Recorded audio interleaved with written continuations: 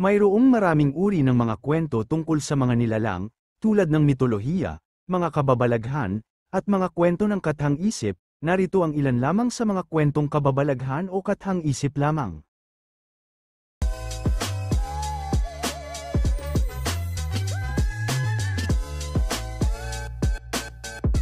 Diwata. Mayroong kwento tungkol sa isang babaeng nagngangalang Maria na lumaki sa isang maliit na baryo na sinasabing tahanan ng mga diwata.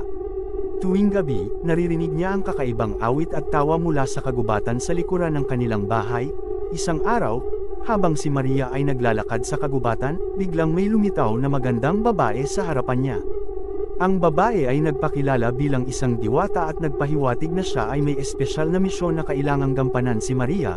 Ipinakita sa kanya ng diwata ang isang maliit na puno na mayroong napakaraming bulaklak na kakaiba ang anyo. Sinabi ng diwata na ang mga bulaklak na iyon ay may mahika at kailangan itong alagaan ni Maria upang mapanatili ang kapayapaan sa kanilang lugar. Mula noon, si Maria ay naglingkod bilang tagapangalaga ng mga bulaklak na iyon at nakipag-ugnayan sa mga diwata ng kagubatan. Sa pagtitiwala at respeto niya sa mga ito, natamo niya ang kanilang suporta at patnubay sa kanyang buhay. Engkanto. Mayroong kwento tungkol sa isang lugar sa malayong probinsya kung saan sinasabing naninirahan ang mga engkanto. Ang mga tao doon ay nagbibigay ng respeto sa kalikasan at sa mga espiritu ng lugar. Isang gabi, may isang mangingisda na naligaw sa kagubatan habang naghahanap ng isda. Nang makita niya ang isang malaking puno na may ilaw sa ilalim, nagpasya siyang magpahinga doon. Nagising siya sa kalagitnaan ng gabi sa tunog ng musika at indek. Nakita niya ang mga engkanto na nagtatanghal ng isang sayaw sa ilalim ng puno. Hindi siya pinansin ng mga ito, ngunit pinabayaan lamang siyang manood. Pagkatapos ng kanilang pagtatanghal, biglang nawala ang mga engkanto at bumalik siya sa kanyang bangka nang hindi na sumulyap pa sa likod. Mula noon, nagkaroon siya ng respeto sa mga engkanto at hindi na siya naglalakbay sa gabi ng mag-isa sa lugar na iyon. Duwende. Mayroon isang kwento tungkol sa isang magsasaka na nagngangalang Juan na nakatira sa isang maliit na baryo sa kanayunan. Isang araw, habang si Juan ay nag-aararo sa kanyang sakahan, biglang may narinig siyang malakas na tawa mula sa likuran ng puno. Nagtaka si Juan at naghinala na baka mayroong mga duwende sa lugar. Pinabayaan na lamang niya ito at nagpatuloy sa kanyang gawain. Ngunit araw-araw, muli siyang naririnig ang mga tawa at tila may mga bagay na nawawala sa kanyang bahay. Isang gabi, habang nagbabalik siya galing sa bukid, biglang may lumitaw na maliit na lalaking may kulay kayumanggi sa harapan niya. Ito ay isang duwende na nagpakilala bilang si Tikboy. Sinabi ni Tikboy na sila ay hindi dapat pinaghihinalaan at ang mga kakaibang pangyayari sa baryo ay dahil sa kalikasan at hindi sa kanila. Pinaniwala ni Tikboy si Juan na kailangan nilang maging magkaibigan at magtulungan upang mapanatili ang kapayapaan sa kanilang lugar.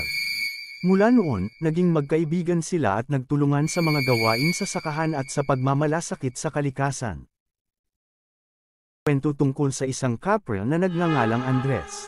Sinasabing si Andres ay naninirahan sa malaking puno sa isang liblib na lugar sa kabundukan. Isang gabi, habang si Juan ay naglalakad pa uwi mula sa trabaho, bigla siyang nawalan ng daan at napadpad sa gubat. Sa gitna ng kagubatan, natagpuan niya ang isang malaking puno na tila mayroong malaking nilalang na nakadapos sa itaas nito. Ito ay si Andres, ang kapra. Sa una, natakot si Juan sa kakaibang anyo ni Andres at sa kadiliman ng gubat. Ngunit sa halip na takutin siya, nagpakita si Andres ng kabaitan at tinulungan si Juan na makahanap ng tamang daan pa uwi. Pinagsabihan din siya ni Andres na maging maingat sa kanyang mga biyahe sa gabi upang hindi na muling mawalan ng daan. Mula noon, naging kaibigan sina Juan at Andres.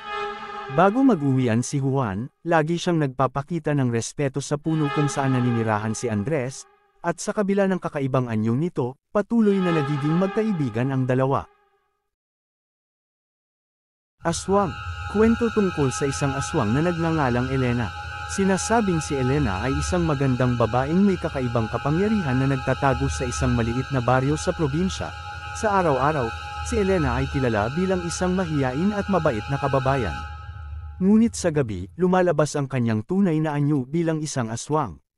Gamit ang kanyang kapangyarihan, siya ay nagiging isang malaking alaga ng kabayo na naglalakad sa gabi at nangangain ng mga hayop at minsan ay kahit mga tao. Isang gabi, Isang batang lalaki ang nawawala sa baryo. Ang mga tao ay nagduda at nagsimulang mag-usisa sa mga kakaibang pangyayari. Hanggang sa isang araw, isang matandang manggagamot ang nakadiscover sa totoong pagkakakilanlan ni Elena. Sa pagtutulungan ng mga tao, nakipaglaban sila laban kay Elena at sa wakas ay nagtagumpay silang mapatay siya. Matapos ang kanyang pagkamatay, ang kanyang malademonyong anyo ay naglaho, at muling nagbalik sa katauhan ng isang magandang babae. Mula noon, nagkaroon ng kapayapaan sa baryo at nagpatuloy sila sa kanilang buhay na walang takot sa mga kakaibang nilalang tulad ni Elena. Subalit ang kwento ng kanyang kakaibang pagkakakilanlan ay nanatili sa alaala ng mga tao bilang isang babala sa kanilang komunidad.